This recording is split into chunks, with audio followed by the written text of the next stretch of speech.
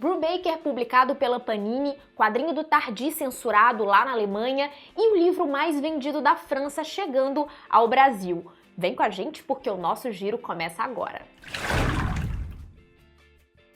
Tem quadrinho novo do Brubaker e do Sean Phillips vindo aí, mas não é pela editora Mino, que tem a exclusividade dos direitos de publicação do autor aqui no Brasil, mas a gente vai te explicar tudo direitinho. A Panini vai lançar Sleeper e fez esse anúncio na sua última live de anúncios pro mês de maio. Então Sleeper vai começar a ser publicado no Brasil em maio, serão 2 volumes de luxo. E por que esse quadrinho tá saindo pela Panini afinal? É que Sleeper foi originalmente publicado pela Wildstorm entre 2003 e 2005 e faz parte do universo Wildcats.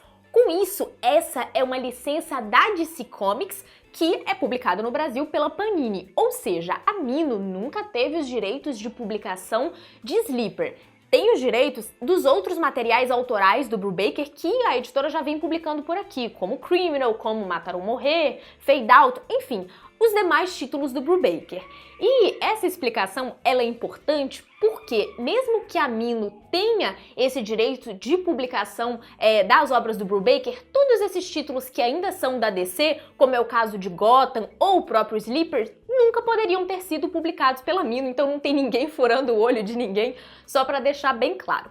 E ainda, nessa live de anúncios da Panini para maio, teve uma outra notícia que é bem interessante, que é a republicação de Monster, na verdade a reimpressão de Monster, série do Naoki Urasawa, que tem 9 volumes, a gente está falando aqui daquele formato Kanzenban, com 9 volumes, que vão ser republicados ao longo desse ano.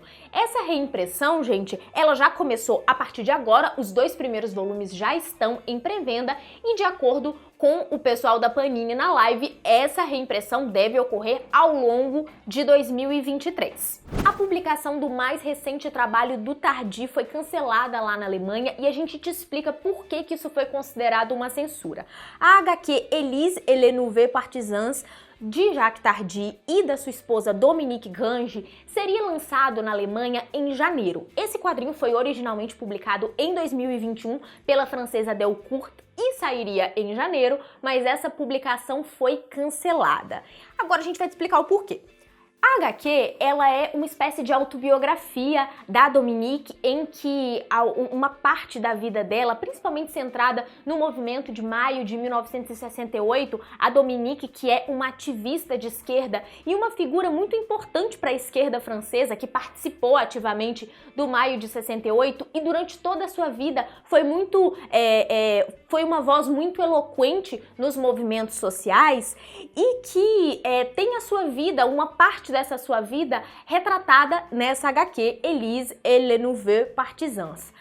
A HQ, ela traz esse conteúdo e também um pós-fácil em que a Dominique faz um posicionamento que foi considerado antissemita pela editora alemã Carlsen Verlag, que faria a publicação no país. Vou ler para vocês o aspas da Dominique nesse pós-fácil.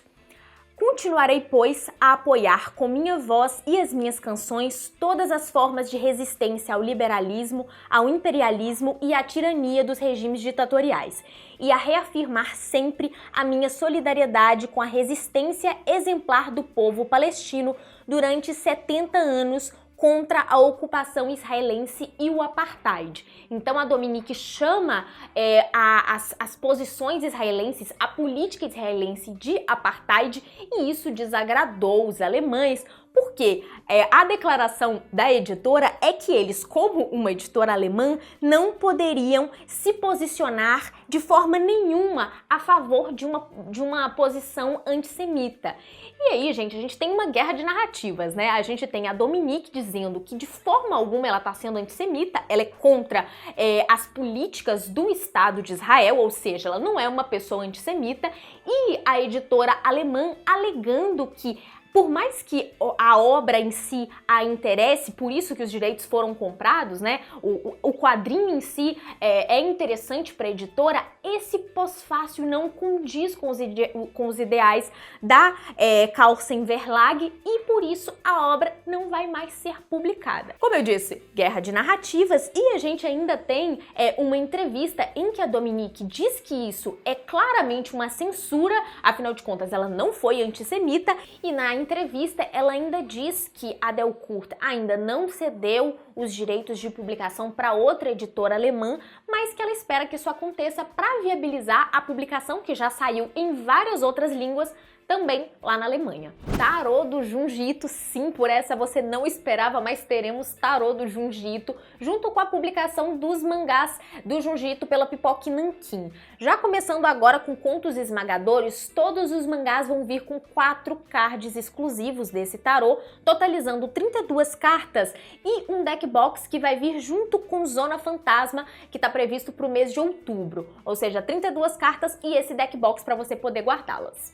Será que nós vamos ter um artista de X-Men na CCXP 2023? Estamos dizendo isso porque Ivan Costa, que é sócio fundador da CCXP e é quem fica responsável por essa parte do Arts Valley, tweetou essa semana que fechou com um quadrinista sensacional que acaba de enviar informações para ele. Olha só, ele coloca entre parênteses, bio, foto, imagens de trabalhos, para divulgar que ele estará na CCXP 2023. E aí ele fecha com a seguinte frase, pode escrever, essa 10ª CCXP será excepcional. E nesse excepcional, o X fica em caixa alta e a gente acha que isso não é à toa, né? Isso parece ser uma pista do Ivan aqui e por esse X a gente já especula que seja X-Men, né? E aí, continuando na especulação, né? Esse imagens de trabalho já denota que seja um quadrinista, um ilustrador, né?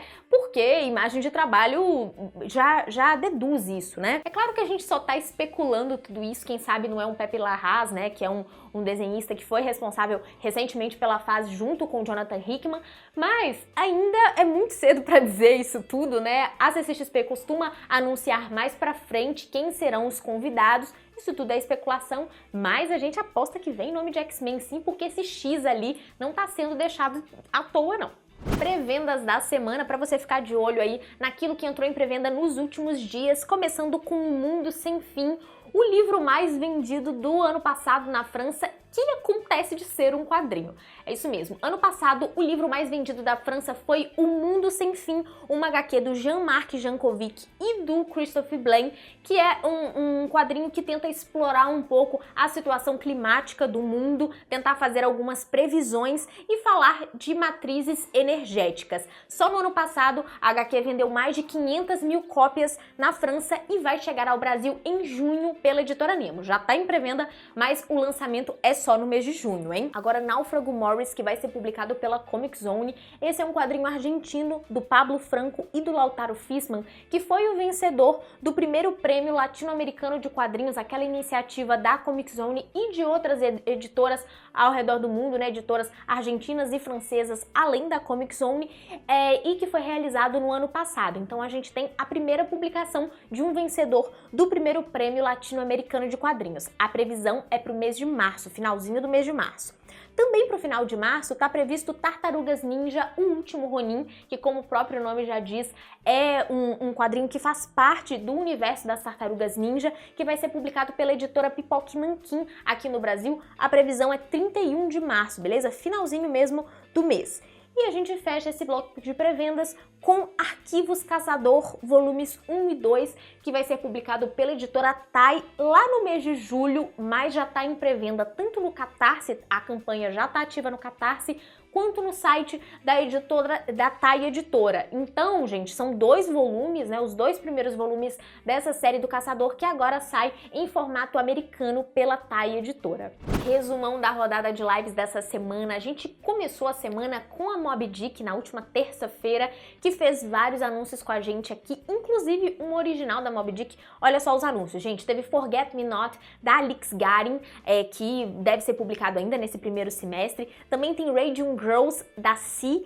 E o original que a gente comentou aqui agora é um livro ilustrado do Cristiano Seixas e do Alexandre Tissot, que vai ser ambientado no universo submarino. A gente ainda não tem mais detalhes, mas vai ser um livro ilustrado e não um quadrinho. E a live com a Mobb Dick foi muito interessante, uma ótima oportunidade para você conhecer a editora que está publicando o Pinóquio do Aeschylus agora aqui no Brasil. Na quarta-feira a gente recebeu a Mino e, além de conversar bastante sobre as publicações do Brubaker da editora, como que isso impacta a grade de lançamentos da Mino, foi um papo muito interessante com Pedro Cobiaco. E a gente ainda anunciou The Living and the Dead, do Jason, e também mostramos com exclusividade as primeiras páginas do Black Orion, quadrinho do Bruno Sillig, que vai ser publicado finalmente no mês de junho. Olha só a previsão já de Black Orion para o mês de junho. Na quinta-feira, a gente recebeu a Taína, da Tai Editora, e nós fizemos um verdadeiro passeio pelo catálogo da Tai, pela linha editorial da Tai e também pelos acontecimentos recentes. Foi uma live muito legal, é uma ótima live também para você conhecer o trabalho da Tai, e a gente ainda fez 4 anúncios de publicações brasileiras da editora. Clube Erótico, do Franco de Rosa, The Midnight Witch, do Ionami, O Horlá, do Guilherme Smee e do Jack Azulita, e também Salada o de Grude com Bira, do Bira Dantas. E a gente fechou a semana com a primeira live da Nemo aqui na rodada de lives, e nessa live, gente, nós anunciamos todo o catálogo da Nemo para 2023. E como são 9 anúncios, a gente não vai citar todos eles aqui, fica a recomendação para você assistir todas essas lives da rodada. É um material muito interessante para você conhecer mais essas editoras, quem está por trás dessas editoras. E na live com a Nemo, a gente recebeu o Eduardo Soares e o Arnaud Van, que anunciaram, entre muitos títulos, vamos colocar só alguns destaques aqui, o Malaterre, do Pierre-Henri Gaumont, que é o autor também do A Firma Pereira, né, que saiu no ano passado pela Nemo.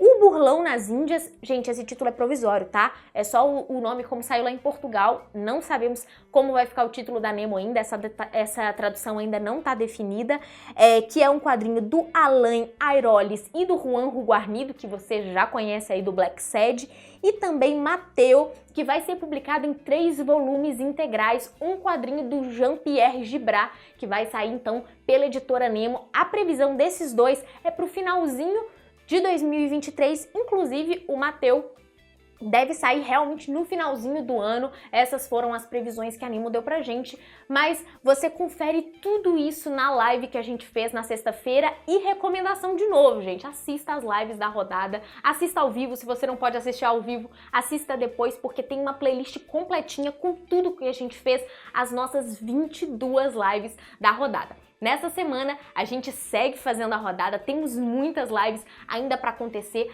A gente vai receber a M-Mart, a editora JBC, vamos também ter a Escória Comics também fazendo sua estreia, e a última live da semana vai ser com a Panini. E já deixando bem claro pra vocês, gente, Panini vai ser dividida, tá? A gente vai fazer primeiro a live de comics com a Panini, né, focada nos quadrinhos de super-herói, Disney, etc. E depois a gente vai fazer uma live só com a Panini Mangás, que vai ter data revelada em breve. Continua acompanhando aqui os nossos giros e também as programações que a gente tem colocado lá no Instagram do Fora do Plástico. O giro de hoje fica por aqui com mais esse convite, assista as lives da rodada. É a terceira vez que eu tô repetindo isso aqui no giro, mas realmente, gente, é um material que a gente tem ficado muito honrado de poder produzir aqui, dá um trabalhão, e isso já puxa a próxima coisa que eu tenho que falar. Vem ser apoiador ou apoiadora do Fora do Plástico. Se você pode contribuir, você será muitíssimo bem-vindo e ainda vai ganhar várias recompensas. A gente tem clube de leitura, sorteio, grupos no Telegram, grupo de troca, por exemplo, para você trocar seus gibis, grupo para conversar sobre quadrinhos, né, e as outras coisas da vida também. A gente tem uma comunidade muito bacana, vem fazer parte e ainda colaborar com Fora do Plástico. E para fechar, deixa seu like aqui nesse vídeo e se inscreva no nosso canal. Até a próxima!